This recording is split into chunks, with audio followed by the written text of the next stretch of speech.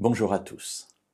Terminons aujourd'hui, si vous le voulez bien, l'histoire de cette rencontre entre Jésus et ce paralytique à la piscine de Bethesda, dans l'Évangile selon Jean au chapitre 5, et nous lirons aujourd'hui les versets 8 et 9. Voilà que cet homme a dit devant Jésus sa solitude, son incapacité de pouvoir se sauver lui-même.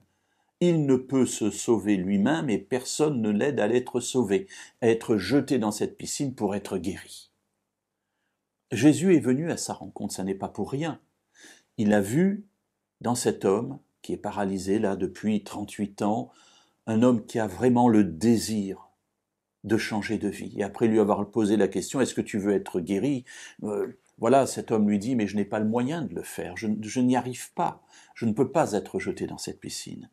Jésus lui parle et lui dit, lève-toi, prends ton lit et marche. Là encore, Jésus a déjà eu une question bizarre, est-ce que tu veux être guéri?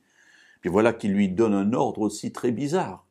Quelqu'un qui est paralysé lui dit, lève-toi, prends ton lit et marche.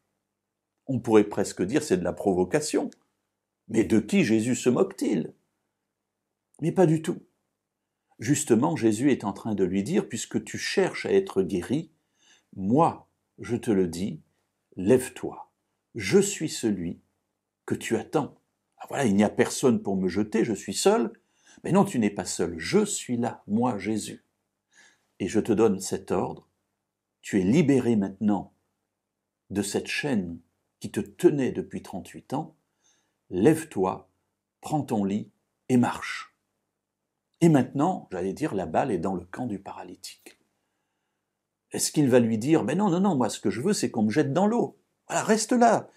On attend que l'eau bouge, et si l'eau bouge, tu me jettes dans l'eau. Moi, c'est ça que je veux. Mon moyen pour être sauvé, moyen de superstition.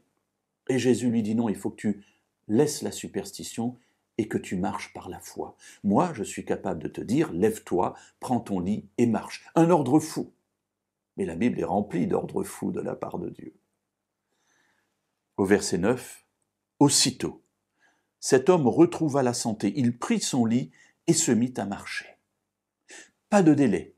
Aussitôt, la parole de Jésus agit en lui.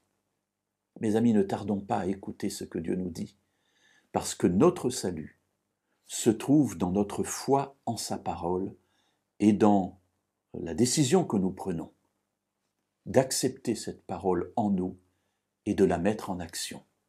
Il nous faut nous lever et aller en marche